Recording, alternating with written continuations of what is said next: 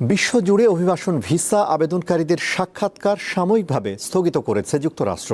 Trump প্রশাসনের কঠোর অভিবাসন নীতির মধ্যে এই পদক্ষেপ নেওয়া হলো।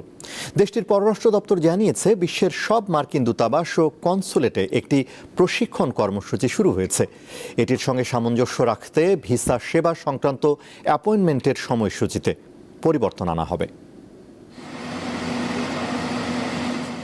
বাংলাদেশ সহ বিশ্বের সব দেশের জন্যই যুক্তরাষ্ট্রের ভিসা পাওয়া অনিশ্চিত হয়ে পড়েছে। এরই মধ্যে ভিসা আবেদনকারীদের সাক্ষাৎকার অনির্দিষ্টকালের জন্য স্থগিত করেছে যুক্তরাষ্ট্রের পররাষ্ট্র মন্ত্রণালয়। যাদের সাক্ষাৎকার নেওয়ার জন্য দিন তারিখ নির্ধারিত ছিল, সেসব আবেদনকারীদের ইমেইলের মাধ্যমে বিষয়টি জানিয়ে দিয়েছে বিশ্বের বিভিন্ন দেশে থাকা মার্কিন দূতাবাস ও কনসুলেট কার্যালয়।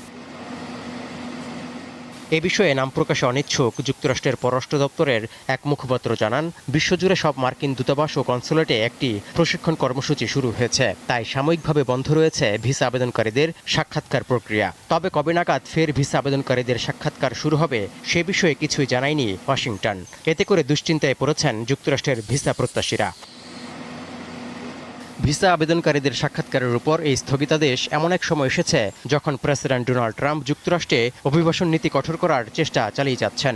এর মধ্যে ভিসা ও গ্রিন কার্ডের উপর নতুন বিধিনিষেধ আরোপ এবং প্রায় সব ধরনের শরণার্থী পুনর্বাসন বন্ধ করার উদ্যোগও রয়েছে। এর আগে জানুয়ারিতে বাংলাদেশ সহ ৭৫টি দেশের অভিবাসীদের আবেদন স্থগিত করে ট্রাম্প প্রশাসন। সম্প্রতি ওই নীতিকে বেআইনি উল্লেখ করে তা বাতিল করেন যুক্তরাষ্ট্রের একটি ফেডারেল আদালত। তখন পর্যবেক্ষণে আদালত জানায়, আইনগত এখতিয়ারের সীমা ছাড়িয়ে ওই নীতি বাস্তবায়নের পদক্ষেপ নিয়েছিলেন পররাষ্ট্রমন্ত্রী মার্কো রুবিও। তৌহিদুর রহমান, দীপ্ত, বার্তা কক্ষ।